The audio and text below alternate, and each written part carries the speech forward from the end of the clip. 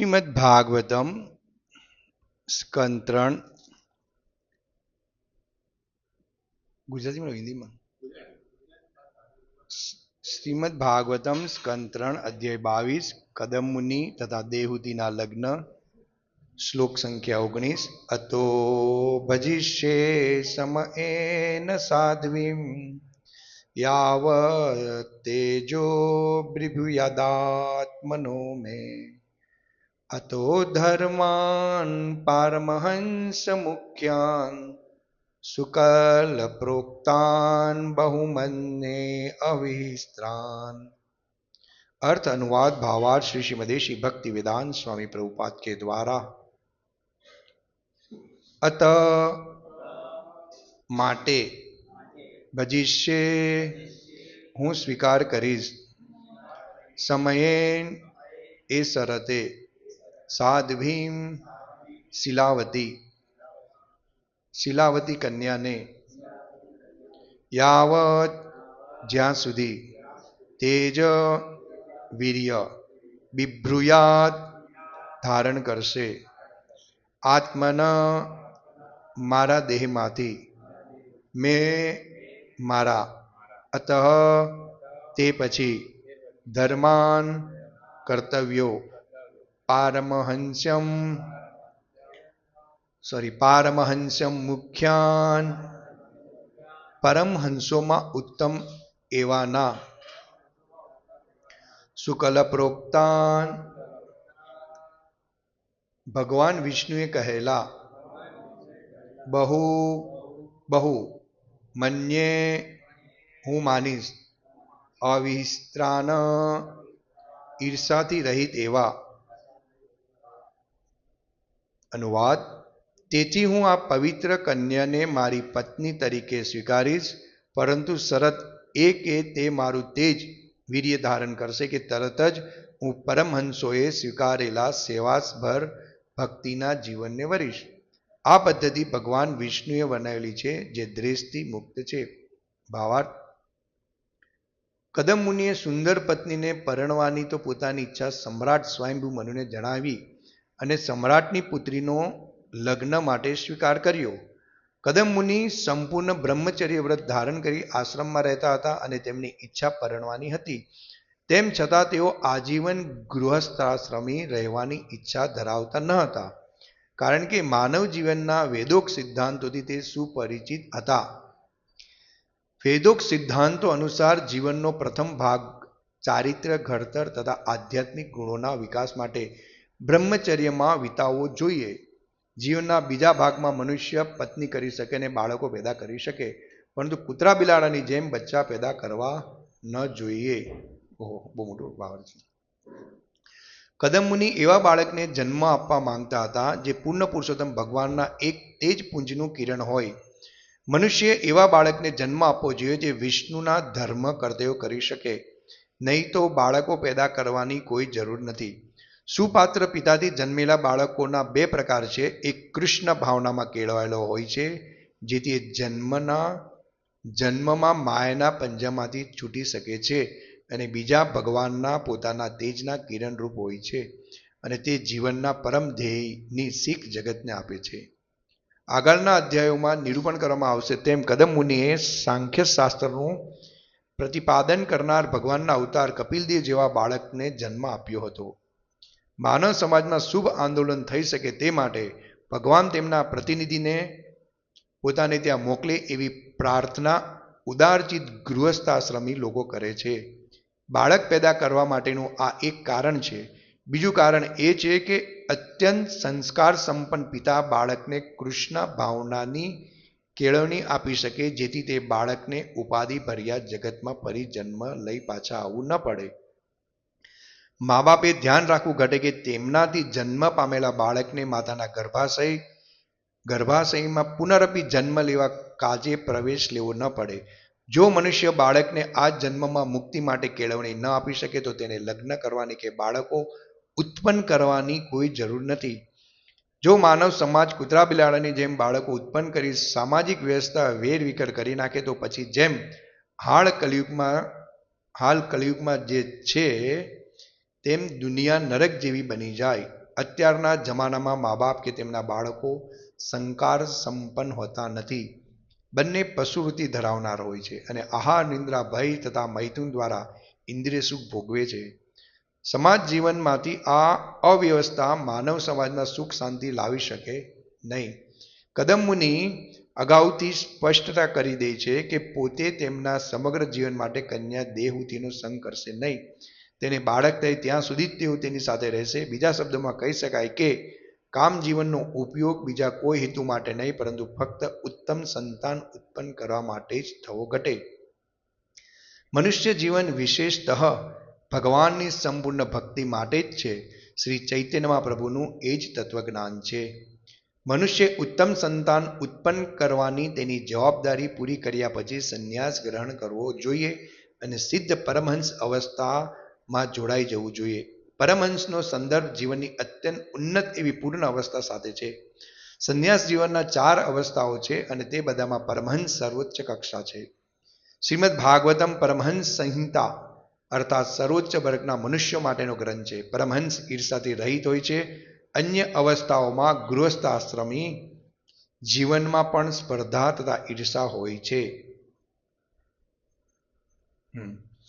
પરંતુ પરમહંસ સ્થિતિમાં મનુષ્યની પ્રવૃત્તિઓ સંપૂર્ણપણે કૃષ્ણ ભાવનામાં અથવા ભક્તિમાં જોડાયેલી હોવાથી ઈર્ષા દ્વેષનો અવકાશ રહેતો નથી. આશરે 100 કા પૂર્વે કદમ મુનિની જેમ જ શ્રી ભક્તિ વિનોદ ઠાકોર એવા બાળકને જન્મ આપવા ઈચ્છતા હતા, જે શ્રી ચૈતન્ય મહાપ્રભુના તત્વજ્ઞાન તથા ઉપદેશનો સર્વત્ર પૂરેપૂરો પ્રચાર પ્રસાર કરી શકે. તેમણે કરેલી ભગવત પ્રાર્થનાના ફળ રૂપે તેમને ત્યાં શ્રી ભક્તિ સિદ્ધાંત સરસ્વતી ગોસ્વામી મહારાજનો બાળક તરીકે જન્મ થયો હતો. તેમના પ્રતાપે આજે તેમના સાચા શિષ્યો દુનિયાભરમાં સર્વત્ર શ્રી ચૈતન્ય મહાપ્રભુના તત્વજ્ઞાનનો પ્રસાર કરી રહ્યા છે. ઓમ અજ્ઞાનતિમિરદાન્યસ્ય જ્ઞાનાંજનશલાકયા ચક્ષુરુન્મિલિતમેન તસ્મૈ શ્રી ગુરવે નમઃ.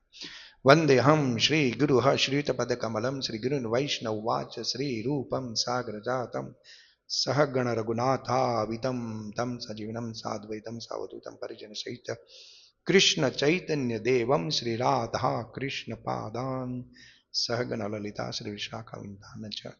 હે કૃષ્ણ કરુણા સિંધુ દીનબંધુ જગતપતે ગોપેશ ગોપિકાકાંત રાધાકાંત નમસ્તુતે તપ્ત કાંચન ગૌરાંગી રાધે વૃંદાવનેશ્વરી વૃષભાનુસુતે દેવી પ્રણમામિ હરિપ્રિયે. વાંચા કલ્પતરુભ્યશ્ચ કૃપા સિંધુભ્યો ચ પતિતાનાં પાવનેભ્યો વૈષ્ણવેભ્યો નમો નમઃ. શ્રી કૃષ્ણ ચૈતન્ય પ્રભુ નિત્યાનંદ શ્રી અદ્વૈત ગદાધર શ્રીવાસાદિ ગૌરભક્તવૃંદ. હરે કૃષ્ણ કૃષ્ણ કૃષ્ણ હરે હરે, હરે રામ રામ રામ હરે હરે. 8 ને 18 તો થઈ ગઈ.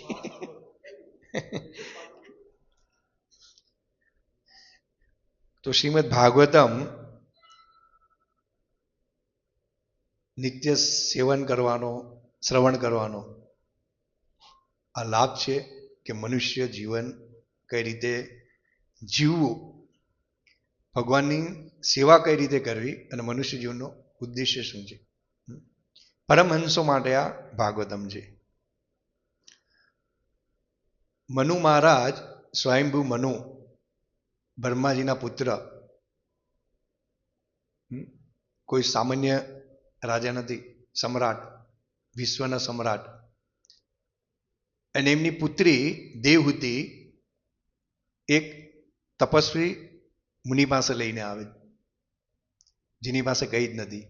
ન ધનમ ન જનમ ન સુંદરીમ કવિતા આવા જગદશી કામયે મમ જન્મની જન્મનેશ્વરે ભવતાદ ભક્તિ અહૈતુકિતવી. આ કપિલ મુનિનો ભાવ છે. હા, કે મને નથી સુંદરી જોતી, નથી ધન જોતું, કોઈ અનુયાયી નથી જોતા. હા, અહેતુકી ભગવાનની ભક્તિ જોતી. આજનો શિષ્ટાક્ષરનો શ્લોક પણ આના પર હતો. તો આટલા મોટા રાજા અને એક આ તપસ્વી, એટલે પહેલા રાજાઓ પણ ભગવત પરાયણ હતા અને એમને ખ્યાલ હતો કે વાસ્તવિક કલ્યાણ શેમાં રહેલું છે. આજે સ્વયંભૂ મનુ એક સાધારણ તપસ્વી પાસે પોતાની જે રાજમહેલમાં ઉછેર થયેલો, જેનો શું કે મોટો પરિવાર છે, પરવરિશ બધી આલિશાન રીતે થઈ છે, અને એક જંગલમાં તપસ્વી પાસે જાય છે કે મારી પુત્રીનું પાણી તમે ગ્રહણ કરો, એટલે મારી પુત્રી તમને સોંપવા આવેલું. તો અત્યારનું આપણે પહેલાના જે સંસ્કાર હતા, સંસ્કૃતિ હતી, અને અત્યારે કળિયુગમાં જોયું તો બધું અલગ છે.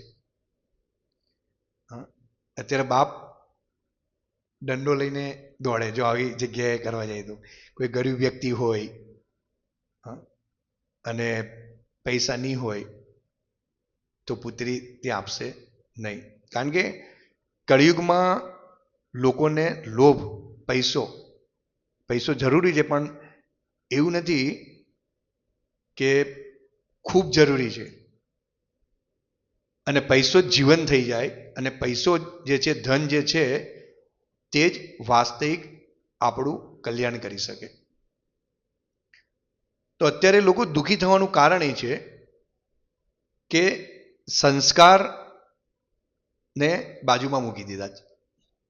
અગર કોઈ ગરીબ ઘરમાં કોઈ સંસ્કારી પુત્ર હોય છે પણ એની પાસે ધન નથી હોતું, તો આજ કળિયુગમાં કોઈ પોતાની પુત્રી એ શું કરશે? એ છોકરાને નહીં આપશે કે આ અમારી છોકરીને શું સાચવશે એમ કરીને. આ રાજમહેલમાં, આ કરોડપતિ ઘરમાં, બંગલામાં ડ્રાઈવરો છે, આને લઈ જવાવાળા, મૂકવાવાળા, આ બ્યુટી પાર્લરમાં જવાવાળા, આનો 50,000 મહિને ખર્ચો જ બ્યુટી પાર્લરનો છે. આ રીતે અત્યારે કળિયુગમાં વાતાવરણ પસરી રહ્યું, અને છેલ્લે શું થાય છે? ડિવોર્સ, છૂટાછેડા, કે મારા પ્રમાણે ચાલતું નથી અને સુખ નથી. અને વાસ્તવિક લોકો સુખ એને સમજે છે કે ધન દ્વારા જે મને સુખ પ્રાપ્ત થાય છે, ઐશ્વર્ય દ્વારા, તે જ વાસ્તવિક સુખ છે. એટલે ત્યાં આત્મકલ્યાણનો કોઈ વિષય જ નથી આવતો કે વાસ્તવિક જે જીવન મળ્યું છે તે શેને માટે મળેલું છે. પણ અહીંયા મનુ મહારાજ, સ્વયંભૂ મનુ અને માતા દેવહૂતિ એ ભક્તિથી અજાણ નહીં હતા. એટલે સ્વયંભૂ મનુની પુત્રી દેવહૂતિ પણ જાણતી હતી, એ જ્ઞાની હતી, ભક્ત હતી, કે મારા પિતાશ્રી જે પણ કંઈ કરશે તે મારા માટે શું હશે? શુભકર હશે, સારું હશે. એટલે અહીંયા સ્વયંભૂ મનુ પણ વિચારતા હતા કે આનો જેવો ઉત્તમ વર મને કોઈ જગ્યાએ નહીં મળશે. અને કદમ મુનિને તો ભગવાને ચતુર્ભુજ રૂપમાં ગરુડ પર ભગવાન આવીને સ્વયં દર્શન આપી ગયા અને કીધું કે આ રીતે તમારી આગળ બધા પ્લાનિંગ થશે, આ રીતે આવશે એમ કરીને, અને તમે આગળ સૃષ્ટિનું શું કરજો? સૃષ્ટિ વધારવાનું. એટલે સ્વયંભૂ મુનિને બ્રહ્માજી કીધું ભાઈ સૃષ્ટિનું સર્જન કરો, આગળ વધારો. એટલે એક પિતા જાણે છે કે વાસ્તવિક મારી પુત્રીને કોને સોંપવી જોઈએ. એ કેવા પિતા કે જે ભક્તિપરાયણ છે, જે દરેક રીતે જોઈ છે કે મારી પત્નીને અનુકૂળ પતિ કયો છે કે જે વાસ્તવિક ભક્તિપરાયણ હોય. ત્યારે લોકો જે ભક્તિનું ધન છે, અત્યારે જે છે ઐશ્વર્ય જે છે તે ધનનું ઐશ્વર્ય જોઈ છે, અને ત્યારે સંસ્કાર, તપોબળ અને ભક્તિ જોતા હતા. અને ત્યાં બ્રાહ્મણ ઋષિઓએ તેને આ રીતે એ લોકો કન્યા આપતા હતા, ક્ષત્રિયોને પણ આપતા હતા. તો સ્વયંભૂ મુનિ આટલા સમ્રાટ હોવા છતાં પણ કપિલદેવ પાસે જાય છે અને કપિલદેવને કહે છે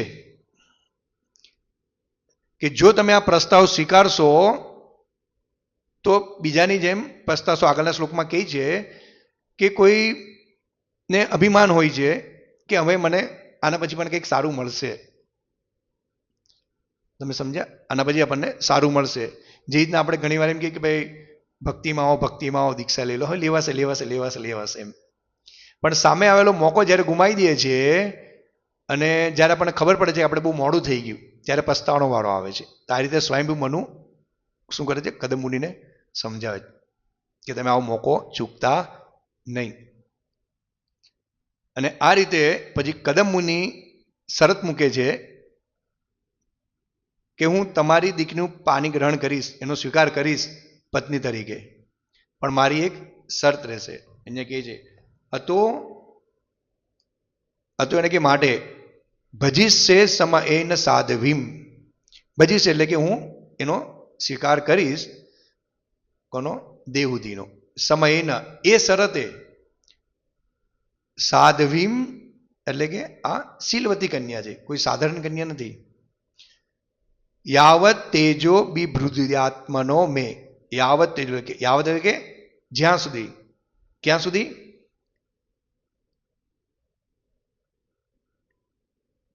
તેજ બિભૃદ્યાતન આત્મન. તેજ એટલે કે એક વીર્ય. આપણે જે આજકાલ કળિયુગમાં લોકો પતિ પત્ની હોય છે, હા, પણ એકબીજાના દેહથી આકર્ષિત હોય છે. ખાસ કરીને એમાં બહુ પ્રેમ નથી હોતો, એ હવે લુપ્ત થતો જાય છે, પણ યૌન આકર્ષણ વધારે હોય. હા, તો અહીંયા એ નથી આવતું. વીર્ય એટલે વિભુ વિભૂયાત આત્મન એટલે કે એ જે દેહુદી છે એ જે મારું તેજ ધારણ કરશે, મારા દેહમાંથી નીકળેલું. ધર્માન પારમહંસ મુખ્યાન અતો ધર્માન. તે પછી, અતો એટલે કે તે પછી, એ ધારણ કર્યા પછી ધર્માન એટલે કર્તવ્યો. પારમહંસ મુખ્યન પરમહંસોમાં ઉત્તમ એવાના. પરમહંસ એવી વ્યક્તિ છે બ્રહ્મભૂત પ્રસન્નાત્મા ન શોચતી ન કાંક્ષતી સમ સર્વે ભૂતેષુ મદભક્તિ લભતે પરણામ. બ્રહ્મભૂત પ્રસન્ન એ બ્રહ્મભૂત આત્મામાં હોય છે, કોઈની આકાંક્ષા કરતો નથી. એટલે પરમહંસ જેવા છે. શુકલ પ્રોક્તાન બહુમન્યે. ભગવાન વિષ્ણુએ કહેલા, બહુ એટલે બહુ, મન્ય એટલે હું માનીશ, ઈર્ષાથી રહિત હોય દેવા, એવી ભક્તિમાં હું લાગી જઈશ. તમે સમજો આ બહુ મોટો યોગદાન છે. આજના કળિયુગમાં આપણે જો કોઈને કહીએ કે તમારી પુત્રીનું હું પાણી ગ્રહણ કરું છું, લગ્ન થઈશ ને પછી હું એને પુત્ર થયા પછી બધું છોડીને ભક્તિમાં લાગી જઈશ, તો કોઈ પિતા પુત્રને પોતાની પુત્રી આપશે નહીં. એ આપવાની વાત તો દૂર રહી, લગ્ન કરવાની વાત દૂર રહી, પણ આજે કોઈ પુત્ર જ નથી કે જે એમ કહી શકે કે હું લગ્ન કરીને એક પુત્ર આપીને પછી ભગવાનની ભક્તિમાં લાગી જઈશ. એનાથી ઉલટું શું થાય છે? એ ભગવાનને ભૂલીને, ભગવાનનું વિસ્મરણ થઈને ઉલટાકનો માયાજાળમાં, કુટુંબ પરિવારમાં પરોવાઈ જાય છે. અહમ મમેતી, આ મારું પરિવાર, અમારું કુટુંબ, અમારા પત્ની, બાળકો, અમારી જવાબદારીઓ. એટલે આત્મકલ્યાણનો જે રસ્તો છે, તે જે હૃદય ગ્રંથિ જે છે તે શું કરે છે?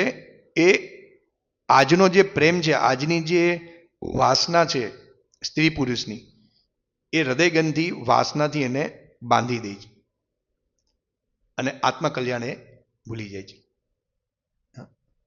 તો એ માટે ભગવાનનું વિસ્મરણ થઈ જાય છે અને આ ભૌતિક જગતમાં પુનરતિ જનનમ પુનરતિ મરણમ પુનરતિ જનની જઠરશયનમ, પાછો આ જગતમાં એ માતાના ગર્ભમાં આવીને જન્મ મૃત્યુ જરાવધિમાં એ ફસાય. એટલે શ્રીલ પ્રભુપાદ અહીંયા કહે છે કે કદમ મુનિએ સુંદર પત્નીને પરણવાની પોતાની ઈચ્છા સમ્રાટ સ્વયંભૂ મનુને જણાવીને સમ્રાટની પુત્રીના લગ્ન માટે સ્વીકાર કર્યો. પણ કદમ મુનિ શું કરતા હતા? બ્રહ્મચર્ય વ્રત ધારણ કરતા હતા. જે 4 આશ્રમ છે, પહેલા આ સંસ્કૃતિ હતી. બાળકોને ગુરુકુળમાં મોકલવામાં આવતા હતા, તાલીમ આપવામાં આવતી, બ્રહ્મચર્ય વ્રતનું પાલન કરવામાં આવતું હતું.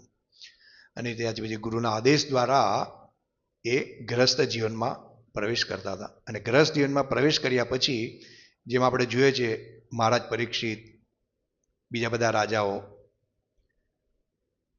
50 વર્ષની ઉંમર પછી પુત્રને સોંપીને પછી શું કરે છે? વાનપ્રસ્થ આશ્રમ સ્વીકારે, સંન્યાસ આશ્રમ. તો આ રીતે આ એનો નિયમ હતો, આ રીતનું જીવન હતું. અત્યારે જીવન ઉલટું છે. જે બ્રહ્મચર્ય વ્રતનું પાલન ગુરુકુળમાં આપવામાં આવતું હતું, એની જગ્યાએ અત્યારે આધુનિક શિક્ષણમાં શું કરે છે? બ્રહ્મચર્ય વ્રત જેવું કંઈ છે જ નહીં. હા, ઉલટાકનું એનાથી ઉલટું લોકોને શીખવા મળે છે. સ્કૂલોમાં સબ્જેક્ટ અનેક પ્રકારના હોય છે, પણ અત્યારે આધુનિક યુગનું વાતાવરણ એ રીતનું થઈ ગયું છે કે બ્રહ્મચર્ય વ્રતનું ત્યાં શું થાય છે, ઉલ્લંઘન થઈ જાય. આખું ઉલટું થઈ ગયું, તમે જુઓ.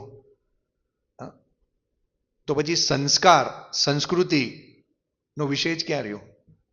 એટલે જ્યાં સુધી જીવ ભગવાનની શરણ નથી લેતો અને આવા આધ્યાત્મિક ગ્રંથો જે પરંપરામાં છે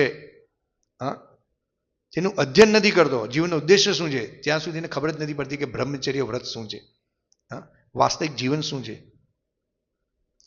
તો કદમ મુનિ પહેલેથી બ્રહ્મચર્ય હતા અને તેમની ઈચ્છા પરણા હતી, તેમ છતાં તેઓ આજીવન ગૃહાશ્રમની રહેવાની ઈચ્છા ધરાવતા નહોતા. આજીવન ગૃહસ્થમાં રહેવાની ઈચ્છા નહીં જણાવતા હતા. આ ભગવાનની ઈચ્છા હતી. કપિલદેવ જે આગળ કપિલદેવનું પ્રાગટ્ય થશે, જન્મ થશે. ભગવાનના જન્મના કર્મ દિવ્ય હોય છે. જન્મ કર્મ ચમે દિવ્યમ યો વેતી તત્વતઃ તત્કત્વા દેહમ પૂર્ણ જન્મ નૈતિ મામેતિ સ્વર્જુન. એટલે આપણે જો સાધારણ જન્મ નથી હોતો. એટલે આવી કથાનું અધ્યયન કરવા દ્વારા પણ જીવ જન્મ મૃત્યુ જરાયતીમાંથી છૂટી જાય છે. પણ આજે શિક્ષણ જ નથી, એટલે જીવ શું કરે છે, ભવબંધનમાં ફસાય. વેદોક્ત સિદ્ધાંતો અનુસાર જીવનનો પ્રથમ ભાગ ચારિત્ર ઘર તથા આધ્યાત્મિક ગુણોનો વિકાસ માટે બ્રહ્મચર્યમાં વિતાવવો જોઈએ.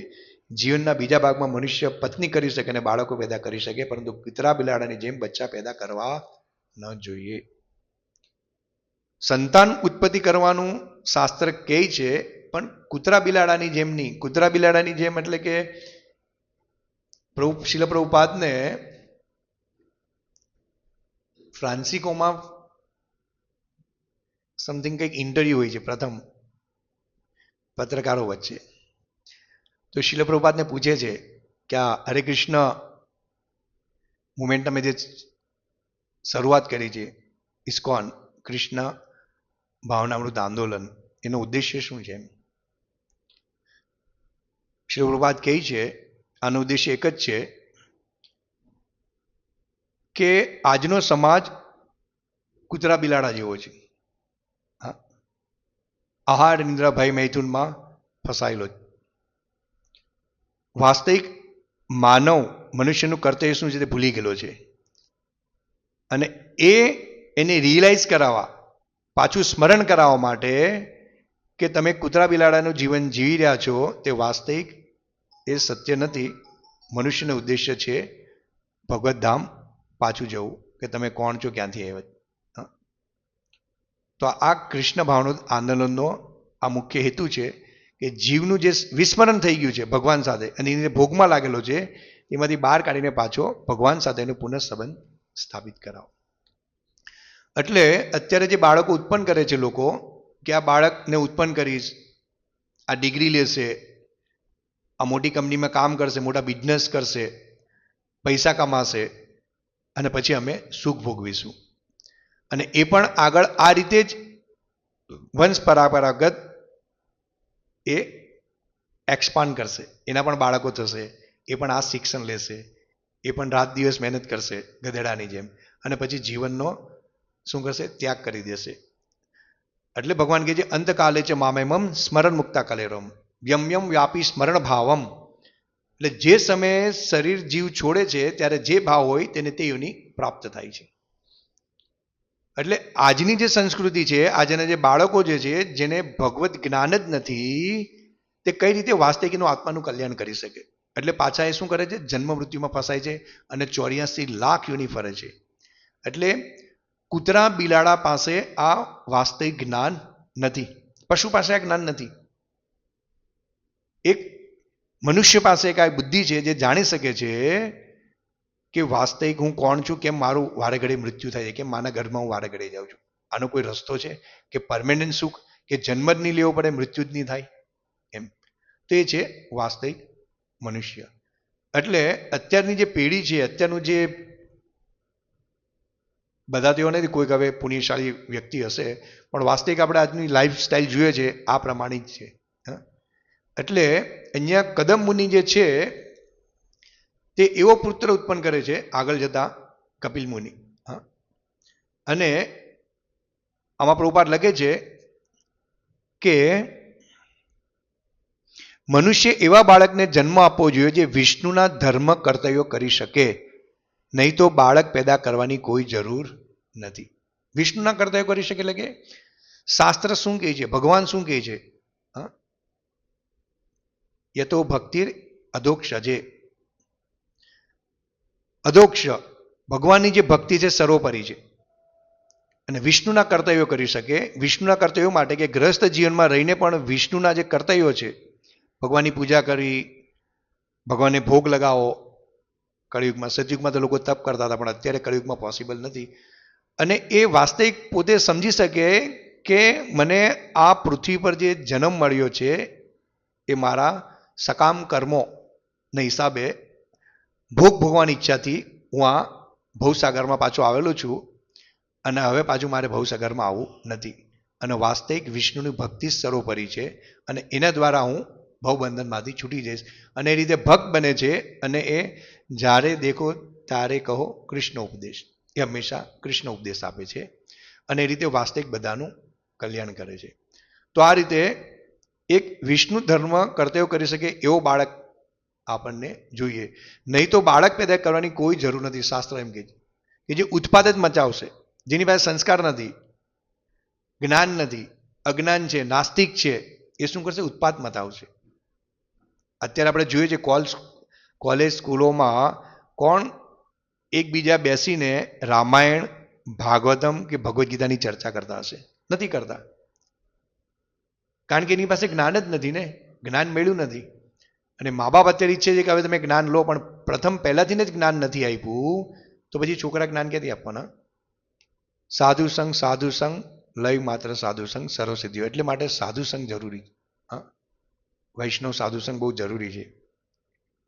એટલે આવા બાળકો ઉત્પન્ન કરે કોઈ છે. સુપાત્ર પિતાથી જન્મેલા બાળકોના બે પ્રકાર હોય છે. એક કૃષ્ણ ભાવનામાં કેળવાયેલા હોય છે, જેથી એ જન્મના માયાના પંજામાંથી છૂટી શકે.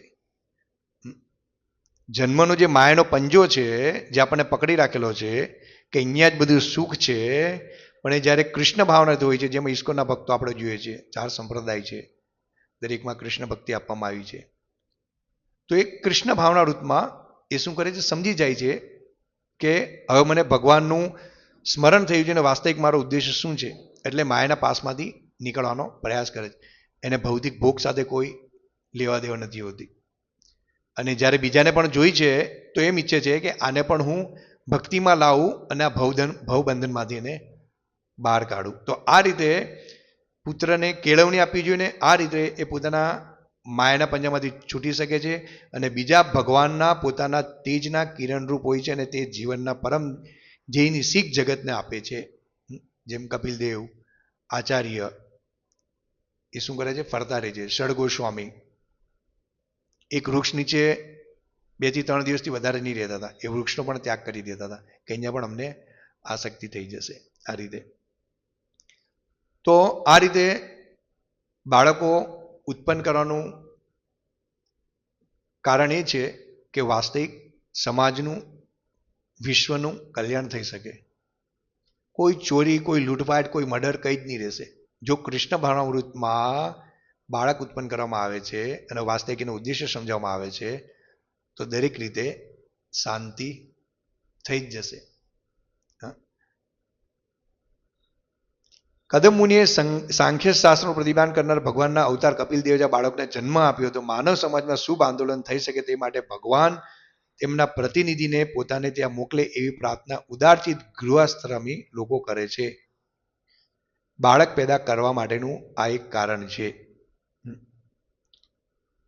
બીજું કારણ એ છે કે અત્યંત સંસ્કાર સંપન્ન પિતા બાળકને કૃષ્ણ ભાવનાની કેળવણી આપી શકે, જેથી તે બાળકને ઉપાધિ ભર્યા જગતમાંથી ફરી જન્મ લઈ પાછા આવવું ન પડે. મા બાપે ધ્યાન રાખવું ઘટે કે તેનામાંથી જન્મેલ પામેલા બાળકને માતાના ગર્ભમાં પુનરભી જન્મ લેવા કાજે પ્રવેશ લેવો ન પડે. જો મનુષ્ય બાળકના જન્મ મુક્તિ માટે કેળવણી ન આપી શકે તો તેને લગ્ન કરવાની કે બાળક ઉત્પન્ન કરવાની કોઈ જરૂર નથી. આ વિષય બહુ ગંભીર છે અને એક ભક્ત સમજી શકે છે, બીજા કોઈ સમજી શકે નહીં. જે ભક્તિમાં નથી એમ જ કે આ બધું કાલ્પનિક છે ને આ તો આપણા બાળકને પણ આપણાથી દૂર કરે, લોકો એવું સમજે છે. પણ વાસ્તવિક એ દરેકનું કલ્યાણ કરે છે, પ્રહલાદ મહારાજની જેમ.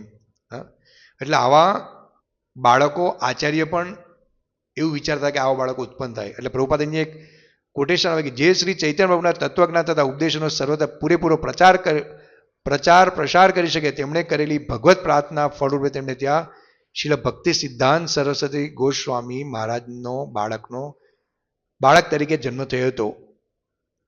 તેમના પ્રતાપે આજે તેમના સાચા શિષ્યો દુનિયાભરમાં સરળતા શ્રી ચૈતન્ય મહાપ્રભુના તત્વજ્ઞાનનો પ્રચાર કરી રહ્યા છે.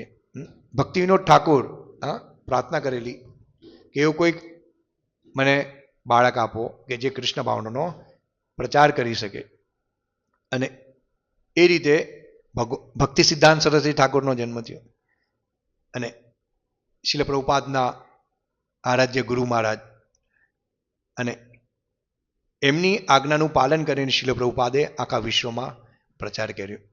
અને આજ આપણને શીલ પ્રભુપાદની કૃપાથી આ શ્રીમદ ભાગવતમ આપણને મળેલું છે પરંપરા દ્વારા, અને આ જ ઉપદેશ આપે છે. નકર આપણે આ માતા દેહૂતી, કદમમુનિ, સ્વયંભૂ મનુ, કઈ રીતે બાળકો ઉત્પન્ન કરવા, લગ્નની સિસ્ટમ શું છે, વિવાહની સિસ્ટમ શું છે, કઈ રીતે જીવન વ્યતીત કરવું જોઈએ, એ આપણા સુધી આ પહોંચતે નહીં અને આપણે વાસ્તવિક સમજી શકતે નહીં.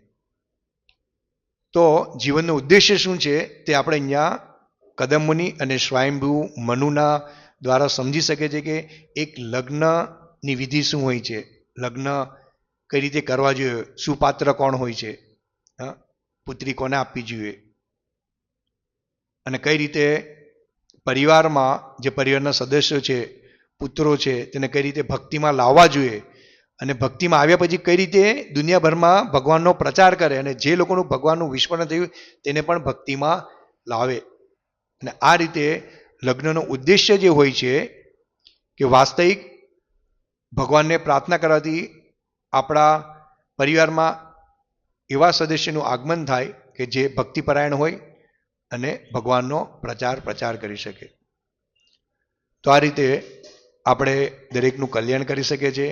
આ જ વાસ્તવિકતા છે. અને આ જ કદમ મુનિની શરત હતી કે એ પુત્ર આપીને, અને પુત્ર પણ એવો હોય છે કે જે ભગવાનનો પ્રચાર કરે છે. અને કદમ મુનિ પછી એ આગળ આવશે આગળના શ્લોકમાં કે પાછા તપસ્યામાં લીન થઈ જાય છે. પણ છતાં પણ દેહૂતી માતાજીને કોઈ દુઃખ નથી. આગળ આવશે કે બધા જે વસ્ત્રો છે એનો ત્યાગ કરી દે છે, પાણીમાં એનું વિસર્જન કરે છે, બધું જવા દે છે, અને જે વૃક્ષની જે છાલ હોય છે તેનાથી એ જેમ એના પતિ જીવન વ્યતીત કરે છે તે રીતે સાદું જીવન વ્યતીત કરે. એવું નથી કે રાજાની પુત્રી છે તો હું વૈભવયુક્ત જીવન જીવું જંગલમાં પણ, અને પતિ જે છે તે એની રીતે છે નહીં. એટલે આ મુખ્ય હેતુ હતો. અને ખાલી આ સમર્પણ જે છે તે જે પતિ ભક્તિ કરે છે તેની 50% ભક્તિ પત્નીને મળી જાય છે, ખાલી આવું સમર્પણ કરવા માત્રથી. તો આ રીતે આપણને અહીંયા શીખ મળે છે કે કઈ રીતે કૃષ્ણ ભાવનારૂપ બાળકો ઉત્પન્ન કરવા જોઈએ, લગ્ન જીવનનો ઉદ્દેશ્ય શું છે, જીવનનો ઉદ્દેશ્ય શું છે, અને કઈ રીતે લગ્ન કર્યા પછી આગળ જીવન કઈ રીતે વ્યતીત કરવું જોઈએ. હરે કૃષ્ણ. શ્રીમદ ભાગવતમ કી જય, શ્રીલ પ્રભુપાદ કી જય. વાંચા કલ્પતરુભ્યશ્ચ કૃપા સિંધુભ્યશ્ચ પતિતાનાં પાવન વૈષ્ણવ.